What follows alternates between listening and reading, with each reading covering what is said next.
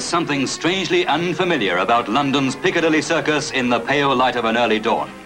But not to Muhammad Ali, formerly Cassius Clay, the second youngest man ever to become heavyweight champion of the world. While the metropolis sleeps, he's whisked away from his hotel up the Mall and past Buckingham Palace. He goes over roads as deserted as they must have been when the last heavyweight champion to defend his title in Britain, Tommy Burns, saw them 58 years before. 24-year-old Ali and his sparring partner Jimmy Ellis, who defeated him as an amateur in their hometown of Louisville, Kentucky, pound their Hyde Park beat. Angelo Dundee from Miami Beach, Florida, manager and trainer of a succession of world title holders, directs operations as Ali goes into reverse, part of his preparation for fleet-footed boxing on the retreat.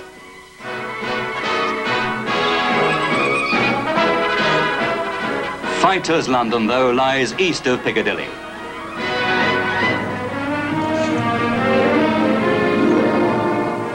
In the more homely surroundings of the old Kent Road, Ali's challenger, British and Empire champion Henry Cooper, goes with his manager Jim Wicks and his trainer Danny Holland to his cramped first-floor gymnasium at the Thomas à Becket. It's 12 years since Cooper and his twin brother George first set foot in it as hopeful young pugilists. The ex-plasterer no longer sharpens his left hook on a member of the family.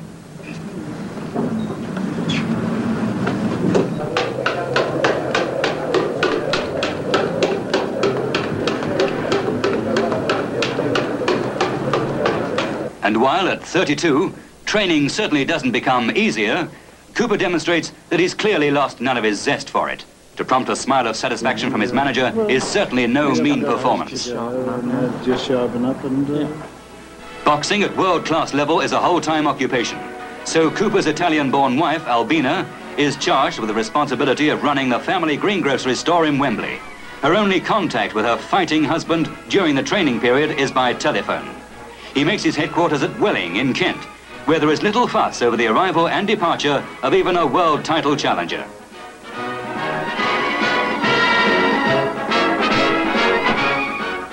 The champion, as a visitor, just can't get away from the crowds. His admirers flock around him as he arrives for an afternoon training session at the Parachute Battalion headquarters at White City. Meanwhile, the stage is being set for Britain's fight of the century. The football pitch at Arsenal's Highbury Stadium is being covered.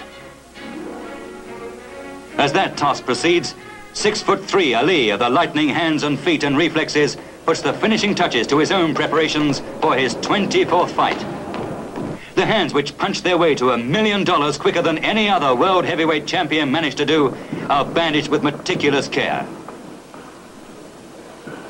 This is how the fighter sharpens the tools of his trade. A rigorous, demanding, recurring process from which there is no escape if the rich rewards are to continue. For all that, Ali keeps a careful watch on the financial aspects. It'll cost $160 to bring in, but worth more than that. It's $160 to a man who's got 25 million people watching. It mean nothing. It ain't nothing. It ain't nothing. Fight day fever really begins with the weigh-in. Crowds throng Leicester Square hoping for a glimpse of the giants. In the comparative calm of the Odeon Theatre, a confident-looking Cooper is first to the scales.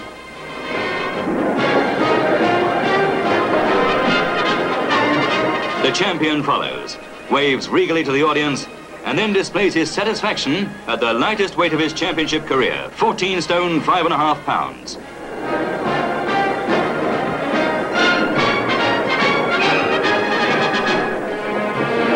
Cooper is 13.5 pounds lighter.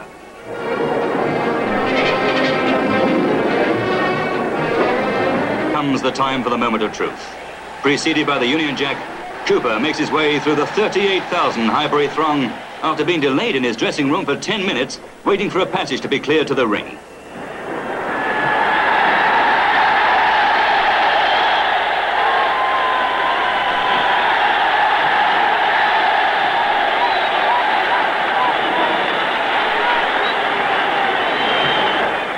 What can his thoughts be at this moment? Is this the setting for triumph or just another punishment pit? Before he has time to ponder, tight-lipped Ali is following the Star-Spangled Banner into the Blue Rope Square. This is the final build-up, the crowning moment to a presentation yet to be bettered anywhere in the world.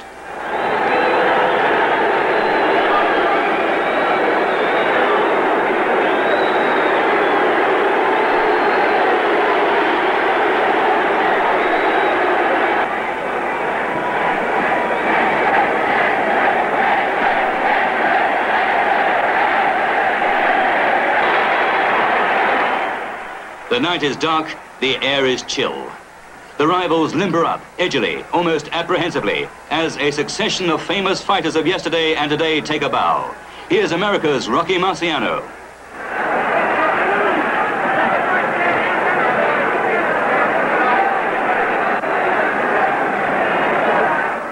And here's Billy Walker.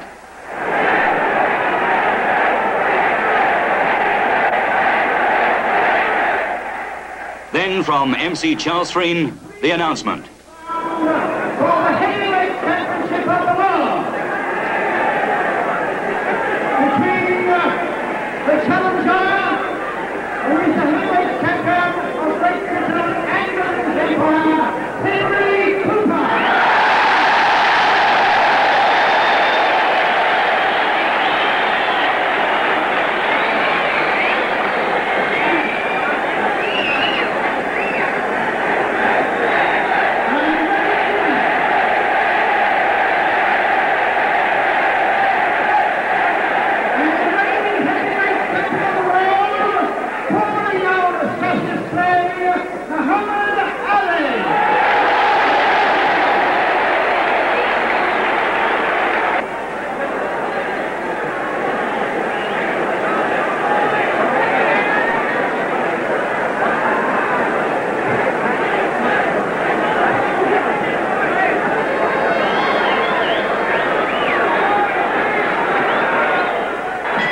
Ali goes straight into his twinkle-toe routine, boxing on the retreat, watching Cooper's every move. He's trying to force the pace on the start. Now Cooper tries to get his jab working, only to find Ali sliding gracefully away. This is the expected early pattern. Cooper, on a 50,000-pound pay night, knows there's so much more at stake.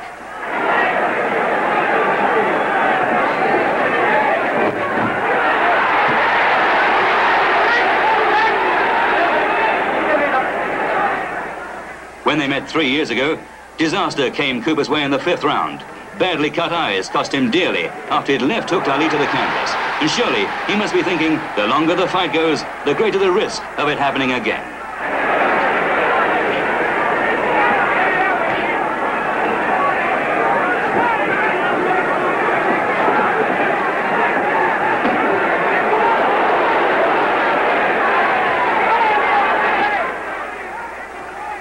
Ali, for all his superior speed and greater reach, knows well enough the danger lurking in Cooper's left hand. So he clinches the moment he thinks it's coming. But he clinches easily, clearly content that his stone advantage in weight will keep him in command in the inside exchanges.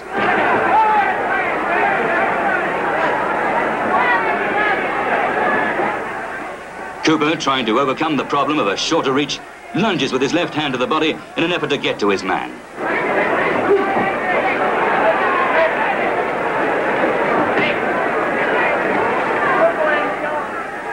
Just watch the way Ali circles gracefully away. His hands held low are always in a position either to defend or to attack. This, of course, means that his opponent has to attempt to make the fight. Cooper has to try to be the aggressor all the time.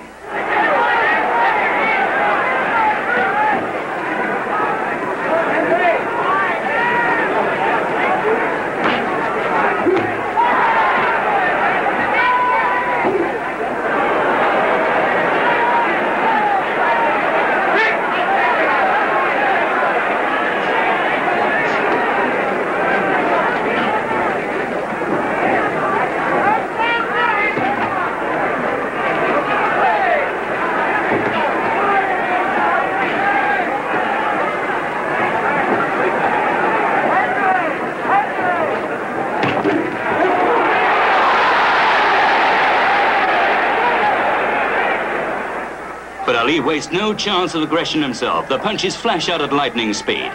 And although they might not be particularly damaging ones, he's making them count. Watch also the way he slides away from those Cooper jabs. He makes them miss by a fraction, but that's sufficient. Even if they land, he rides them enough to take away the sting.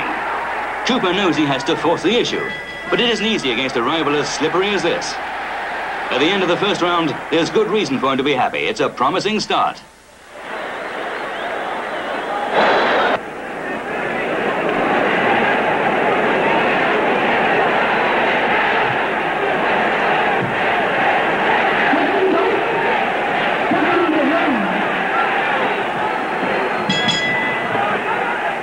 Round 2, and Ali goes into the same routine. Again, Cooper has to try to be the aggressor.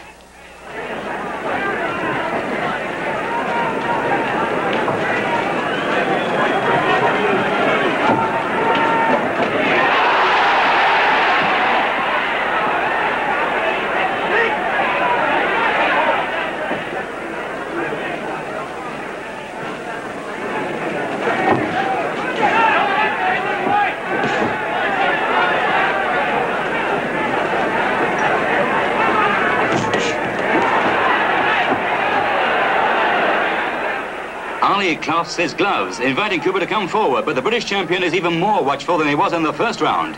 Ali rides one jab and parries another. Then he gets home with the right hand.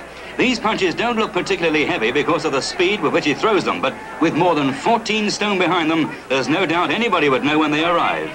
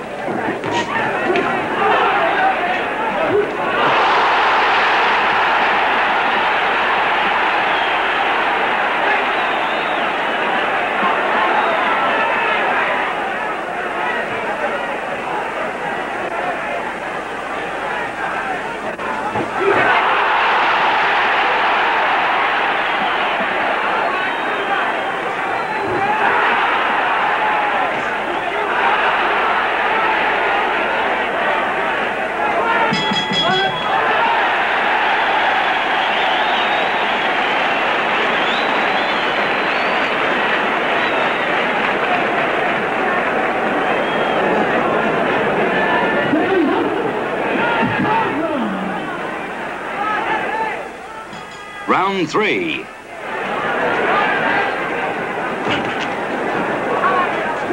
Almost at once they dive into a clinch, and the referee warns them to break at his command.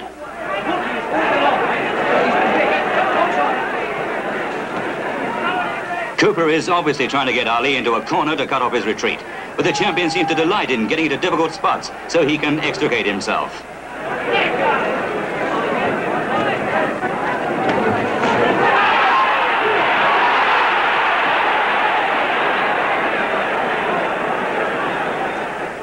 There's another of those fast right hands from Ali. They go in like lightning. But Cooper rallies smartly, connecting at once with a solid left jab and a right hand to the head. He's throwing those right hands more often than usual. Perhaps this is because he thinks Ali believes he's just a left-hand fighter.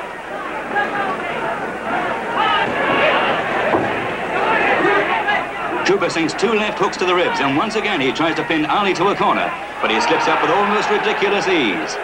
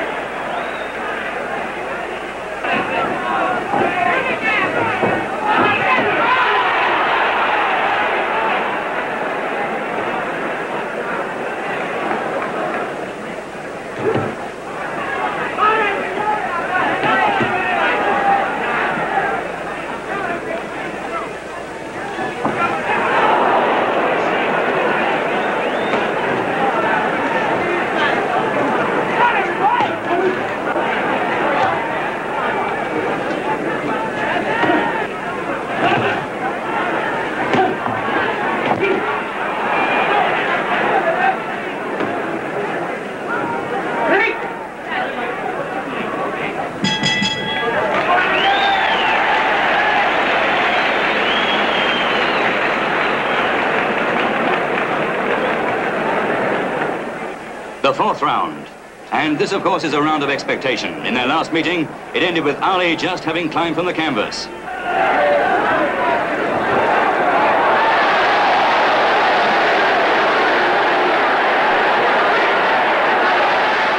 Now he complains to the referee that Cooper's hit him low. But he's quickly back to the old routine.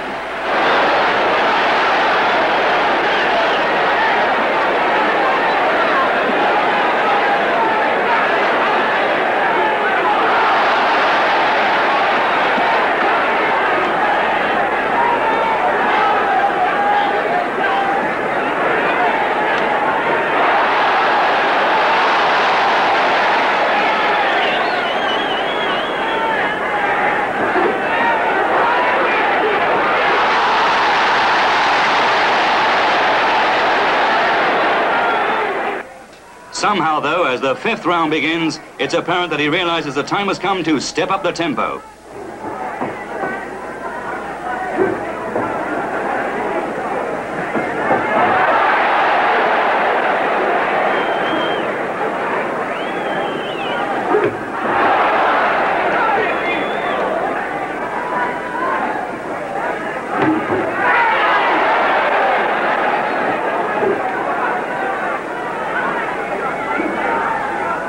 But Cooper responds with a succession of solid left-hand punches. And while Ali shrugs them off, there's not much doubt that some of them hurt.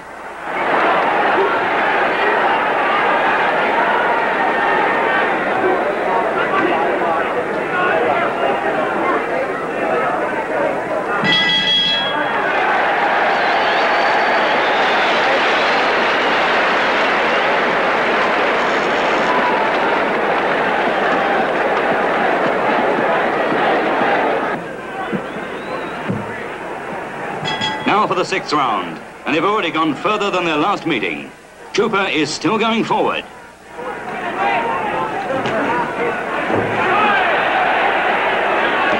But suddenly Cooper finds himself in trouble. See that sharp right hand from Ali, then another left hook, followed by a right in rapid succession. Heralds what must be the beginning of the inevitable end.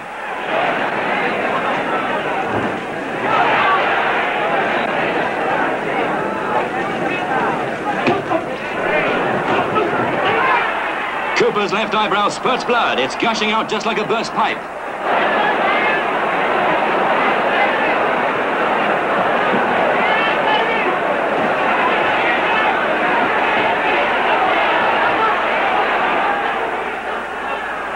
The referee takes a look at the damage and allows the fight to go on. Ali piles on the pressure, raining punches in all directions, and still the blood spurts everywhere.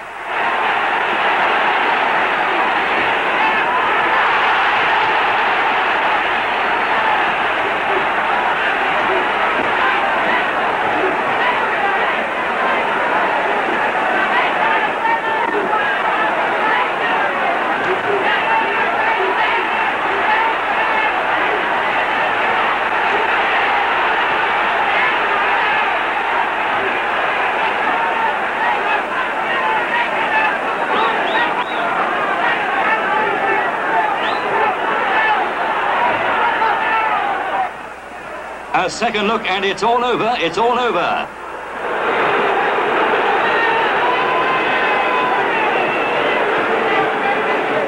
Muhammad Ali is the winner after 1 minute 38 seconds of the 6th round and is still heavyweight champion of the world.